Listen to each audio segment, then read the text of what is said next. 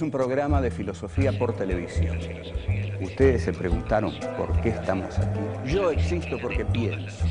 El hombre es el lugar en el cual todos los saberes son pensados. Descartes es un héroe del pensamiento. Es difícil enfrentar las grandes Es un cuestiones. libro de Jean-Paul Sartre, Crítica de la razón de Hegel. Esta es la historia de la filosofía de Hegel. Eterno. La filosofía es la totalidad de lo real, porque piensa. La totalidad de lo real. Encuentro 12.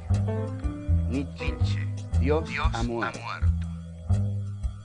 ¿Qué es la voluntad de poder? ¿Cuál es la dinámica de la voluntad de poder? La verdad, una creación del poder. ¿Qué es el dionicismo?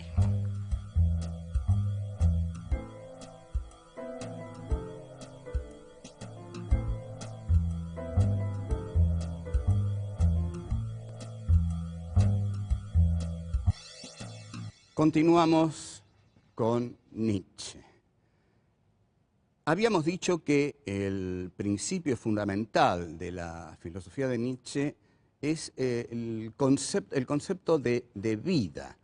Ahora, este concepto de vida está interiormente muy elaborado en Nietzsche. Ante todo, parte de la negación del mundo suprasensible platónico y parte de llevar los valores a este suelo nutricio vital. Pero, ¿qué es la vida en Nietzsche?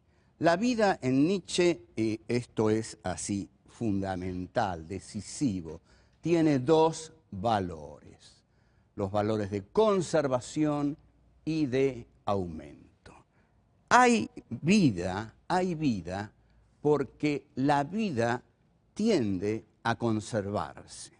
Conservándose va a poder aumentar. Pero la vida también sabe que si solamente se conserva, va a morir. Conservarse es morir. Solo aquello que nos hace aumentar, que nos hace tener más vida, nos permite conservar lo que tenemos. Pero aquí entramos en un aspecto esencial. Este espacio vital que Nietzsche describe con las categorías de conservación y aumento, para Nietzsche va a ser la voluntad de poder. Y acá comenzamos el análisis del concepto fundamental en Nietzsche de voluntad de poder. Para mí es el concepto central de la filosofía nietzscheana. Otros van a decir que no, porque se basa en un libro que dicen Nietzsche no llegó a terminar. Sin embargo, y van a decir también que en esto yo estoy de acuerdo con Heidegger. Y en este punto sí estoy de acuerdo con Heidegger, porque Heidegger interpretó muy bien a Nietzsche, porque Heidegger interpreta a Nietzsche desde una visión muy cercana a la del nacionalsocialismo, y yo estoy bastante de acuerdo en considerar que Nietzsche es un proto-nacionalsocialista y que Heidegger fue, en efecto, un pensador nacionalsocialista. La enorme complejidad de esta cuestión es que los dos fueron desaforadamente geniales. Es decir, no es cuestión de ser nacionalsocialista y tirarlos a un costado. No se puede tirar a un costado a semejantes pensadores porque la historia de la filosofía no se entiende. Es tal la influencia de Nietzsche, es tal la influencia de Heidegger, que si los dejamos de lado, no entendemos la filosofía del siglo XX en totalidad. De modo que pensemos lo que pensemos sobre Nietzsche y Heidegger y sus opciones políticas, tenemos que estudiarlos a fondo. Voluntad de poder. Los dos ejes dinámicos de la voluntad de poder son los de conservación y aumento. La voluntad de poder es el devenir de la vida. Hay un devenir de la vida, porque la vida es voluntad de poder. Fíjense la belleza estética de esta idea. La vida deviene porque es voluntad de poder.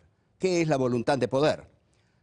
La voluntad de poder, como dije, se estructura en base a estos dos conceptos, conservación y aumento.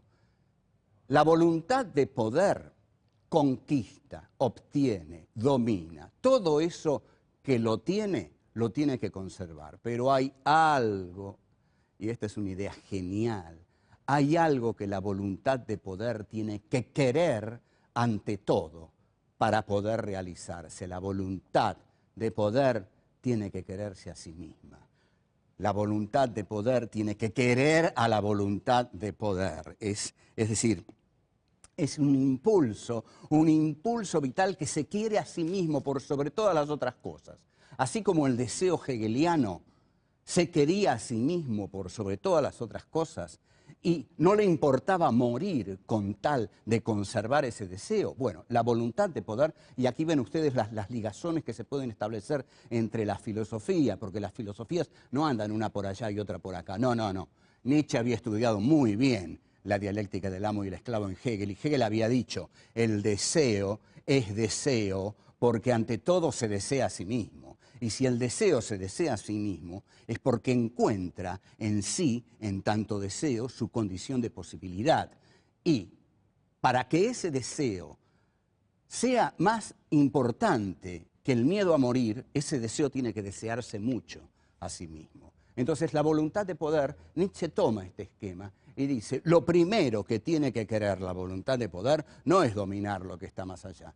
Lo primero que tiene que querer la voluntad de poder es la voluntad de poder. La voluntad se quiere a sí misma. Una vez que la voluntad se quiere a sí misma, advierte la voluntad de poder que todo aquello que conquista lo tiene que conservar. Pero también advierte, y este es el paso fundamental, que si todo aquello que conquista lo tiene que conservar, y si meramente lo conserva, se muere. El que solamente conserva lo que conquistó, se muere. Porque para conservar lo que uno conquistó, tiene que seguir conquistando. La voluntad de poder tiene que ir aumentando constantemente su poder, sus conquistas. Es un ir más allá constante, ¿no? En esto es también como la intencionalidad de la conciencia en Husserl y más en Sartre. Cuando Sartre dice que la conciencia fenomenológica es una conciencia que está arrojada al mundo, que siempre va más allá de sí misma, lo está tomando de la voluntad de poder en Nietzsche. La voluntad de poder en Nietzsche es intencional, es decir, intencional quiere decir que se arroja, intenciona sobre el mundo. Pero esta voluntad de poder conquista.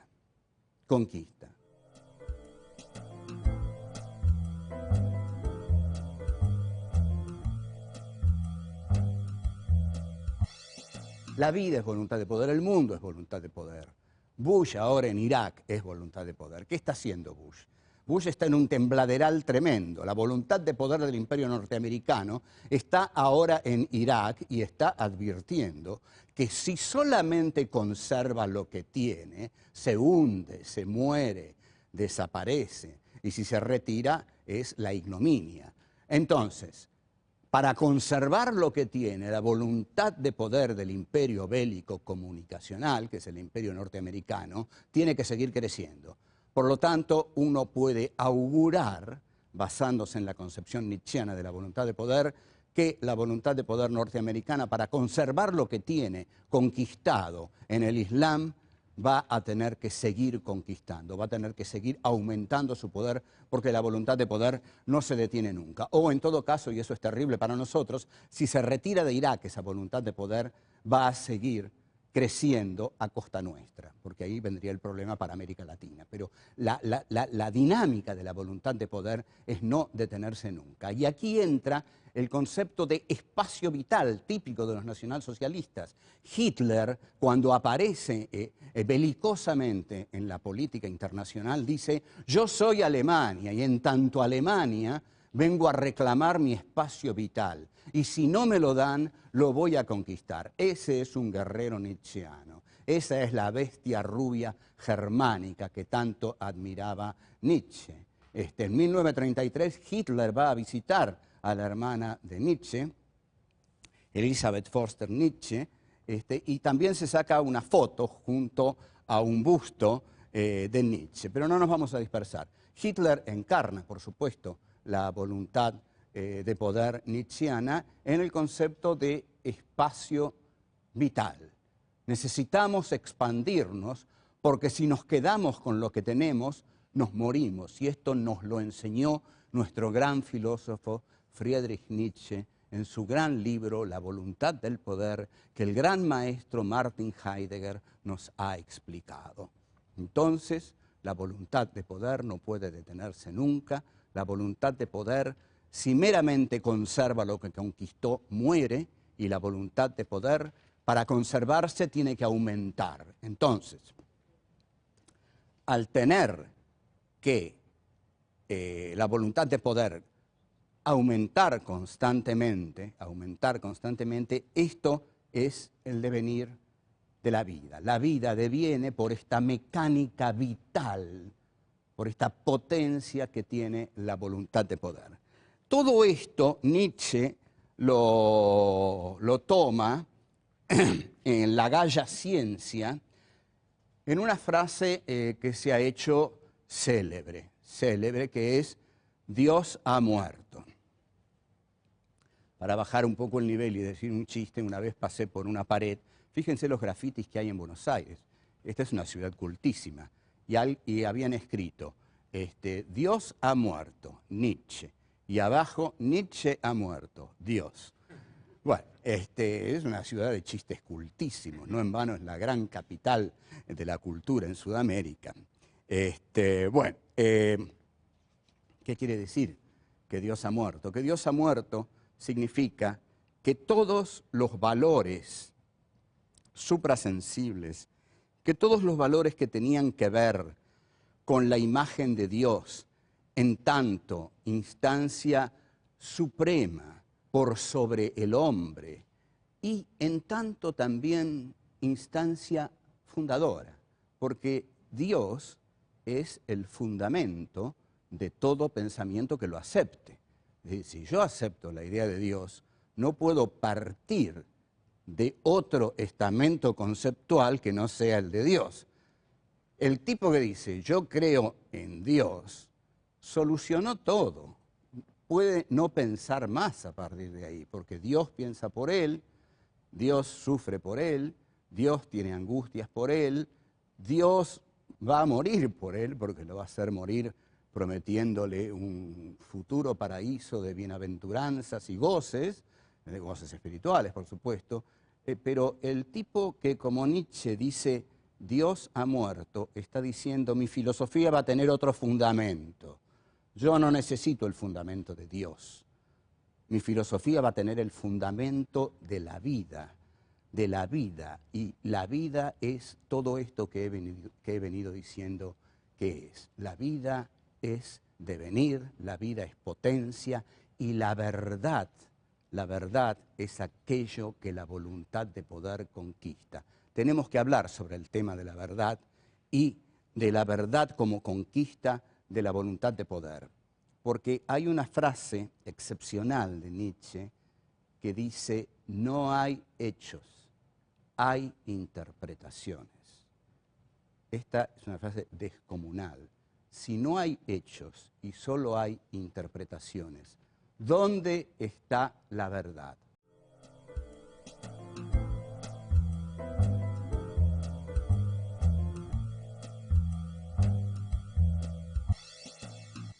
La verdad, va a decir Nietzsche, y en esto Michel Foucault lo va a seguir muy bien, porque Foucault es un gran discípulo de Nietzsche, la verdad es una conquista de la voluntad de poder. Hay cientos de verdades, cientos de verdades. Usted agarre los 5 o 6 diarios que salen a la mañana o menos en Buenos Aires, escuche las radios, si tiene ganas de amargarse el día, pero bueno, haga esa experiencia y va a ver que hay unas 20 interpretaciones de cada hecho. Una interpretación no es la verdad. Hay un hecho, pero después hay 20 interpretaciones. ¿Cuál es la verdad? La verdad es la que la voluntad de poder logra imponer. O sea que hay una relación entre verdad y poder. La verdad es una creación del poder. La verdad es, por ejemplo, dictar la agenda. Si yo tengo un diario a la mañana, 2 radios a la mañana, 2 radios a la tarde y 2 canales de televisión a la noche, a la mañana lanzo cualquier noticia en la primera de las radios. En la segunda de las radios llamo a uno de los implicados en la noticia y lo pongo en contacto con cualquier otra persona. Discuten, se pelean, ya tengo armada más la noticia. En el noticioso del mediodía digo, gran debate entre fulano y mengano. Debaten, entran otros, opinan otros. A la tarde saco en la primera plana, el escándalo del día es este, el que yo largué a la mañanita nomás. Y a la noche hago una enorme mesa redonda en mi canal con todos los grandes filósofos, pensadores, periodistas, economistas, y todo el mundo está discutiendo lo que a la mañana a mí se me ocurrió largar en mi pequeño periódico de la mañana. Esa es la verdad del poder. Ahí nadie está discutiendo la verdad. Está discutiendo la verdad que un determinado poder mediático impuso ese día en la sociedad. Entonces, con esto quiero decir que la verdad es hija del poder. La verdad es hija del poder. Por ejemplo, vamos a un ejemplo más contundente. Cuando Jean Baudrillard, el filósofo postmoderno, un tipo muy, muy inteligente, a comienzos de los 90, escribió un libro que se llamaba La guerra del Golfo no ha tenido lugar, lo que quería decir es que de esa guerra nadie vio nada. Nos transmitieron por televisión un montón de brillos. ¿Y dónde está la verdad? La verdad eran esos brillos. Esa era la guerra del Golfo. De la guerra del Golfo supimos muy, muy poco. E incluso de lo que está pasando en Irak, de lo que está pasando en Guantánamo, sabemos lo que nos hacen saber. ¿Y por qué sabemos lo que nos hacen saber? Porque ellos tienen el poder de hacernos saber lo que quieren que nosotros sepamos. Entonces, la verdad es la colisión de las verdades, porque a esa verdad que yo sé que se me está imponiendo por los medios de comunicación, le voy a oponer otra, desde otro lado, que seguramente es mucho más débil, pero es otra verdad, y otra verdad, y otra verdad, y otra verdad. Las verdades incluso colisionan entre ellas, se odian entre ellas, guerrean entre ellas, pero la que triunfa, la que establece una hegemonía siempre, es la que está respaldada por la mayor fuente de poder que la emite. Entonces, este es el concepto que Nietzsche maneja de verdad. Es decir, la verdad es una conquista de esta voluntad de poder. El pensamiento de Nietzsche, como vemos, es un pensamiento belicoso que concibe a la verdad como lucha, que concibe a la verdad como justamente como una expresión poderosa de esa voluntad que necesita aumentar constantemente para conservarse. Y para aumentar tiene que conquistar. Y para conquistar tiene que establecer sus verdades como la verdad. Cuando yo establezco mi verdad como la verdad, mi voluntad de poder ha triunfado. Nietzsche va a llamar nihilismo, por fin, a ese poder que tuvo el pensamiento platónico de las ideas perfectas o el pensamiento religioso también sobre la vida. Es decir, ¿qué le reprocha Nietzsche al pensamiento suprasensible? Le reprocha que ese pensamiento suprasensible de idealidades perfectas en sí mismas ha nihilizado la vida, Entonces él nihiliza a Dios, es decir, nihilizar a Dios es negar a Dios, reducirlo a cenizas. Y este pensamiento reduce a Dios a cenizas porque lo que pone prepotentemente como su meta es la verdad de la vida, la verdad del devenir, la verdad de los dos conceptos de conservación y aumento, la verdad de la voluntad de poder y la verdad de la conquista de la verdad como conquista de la voluntad de poder. Cuanto más poderosos seamos, más dueños de la verdad vamos a ser, porque más poder vamos a tener para imponerla.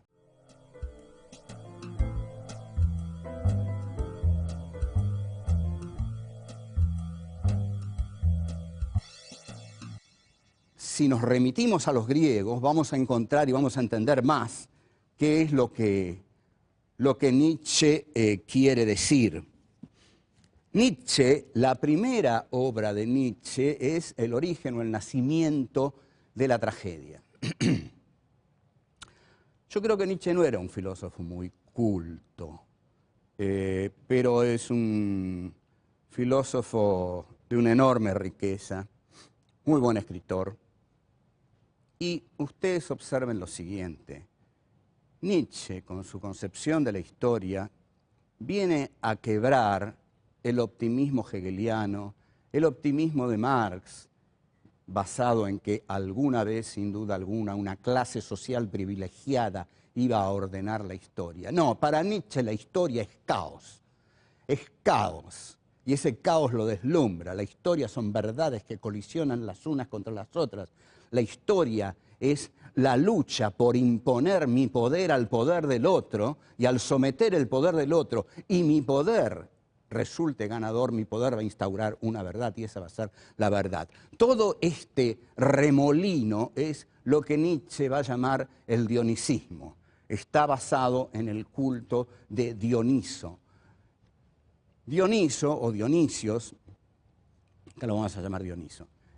Dioniso, el dionisismo, es un culto griego basado en digamos, la esplendidez de la embriaguez, es decir, son las fiestas dionisíacas que después van a devenir las fiestas báquicas entre los romanos, en el cual cada miembro se entrega a la embriaguez. Esta es una hermosa frase de Hegel. Hegel va a decir, la verdad es ese juego de infinitos contrarios en el que cada miembro se entrega a la embriaguez. Muy linda definición de verdad en Hegel, que Nietzsche suscribiría. Lo que va a decir Nietzsche es, yo tengo una concepción dionisíaca de la historia, va a decir Nietzsche. Lo que yo veo en la historia no es la racionalidad de Apolo, porque los griegos tenían dos dioses, Dionisio y Apolo. Y Dioniso era el dios de la embriaguez, es decir, el yo se pierde en la fiesta dionisíaca. Esto es lo que más va a valorar Nietzsche, la pérdida del yo, la pérdida de la individualidad. En este sentido es totalmente antirromántico en un siglo romántico, es antihistoricista en el siglo de la historia, un tipo muy original. Pero lo que va a decir Nietzsche es justamente, en la fiesta dionisíaca, a través de la embriaguez, cada uno pierde el sentido del yo. Y hay que atreverse a perder el sentido de la individuación, porque allí donde perdemos el sentido de la individuación, estamos cerca de la locura. Y ni usted ni yo queremos sentir la cercanía de la locura, porque eso sí que es el terror. Entonces, hay que tener el coraje de entrar en la fiesta dionisíaca, embriagarse hasta morir, o hasta vivir hasta los extremos, de ya no saber quién o qué es uno.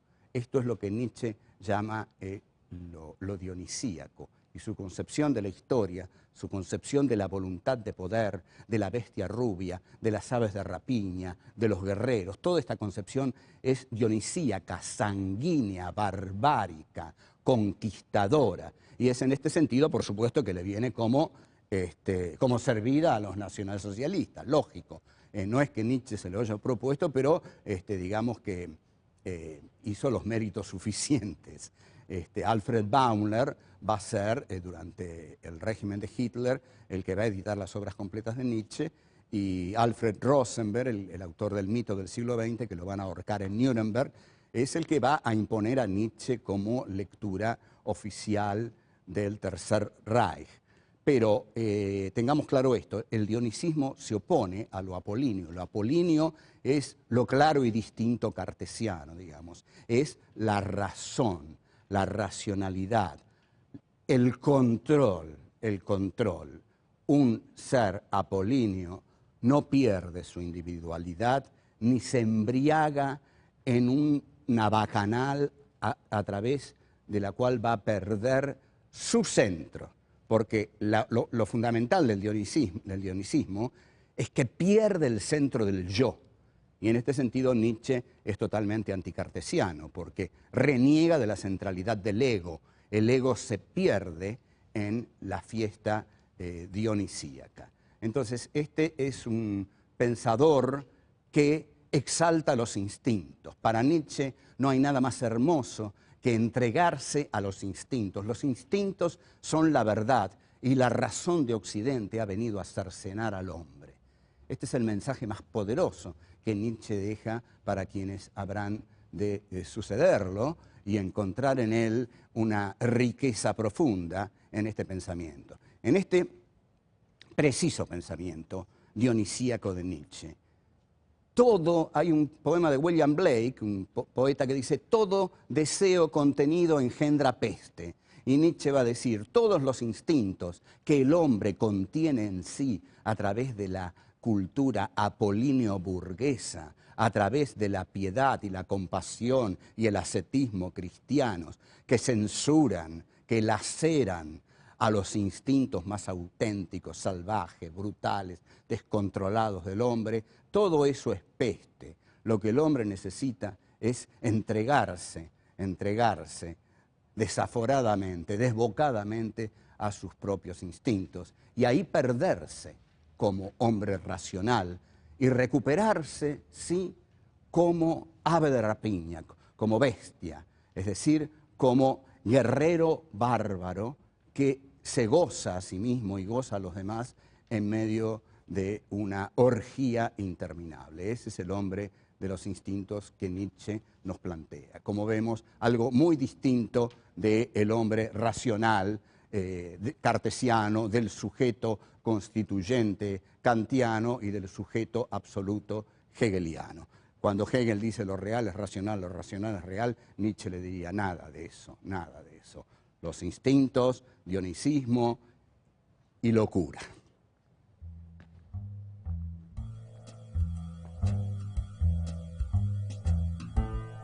La voluntad de poder es el devenir de la vida. Hay un devenir de la vida, porque la vida es voluntad de poder.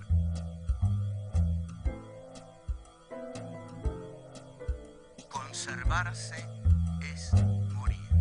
Solo aquello que nos hace aumentar, que nos hace tener más vida, nos permite conservar lo que tenemos.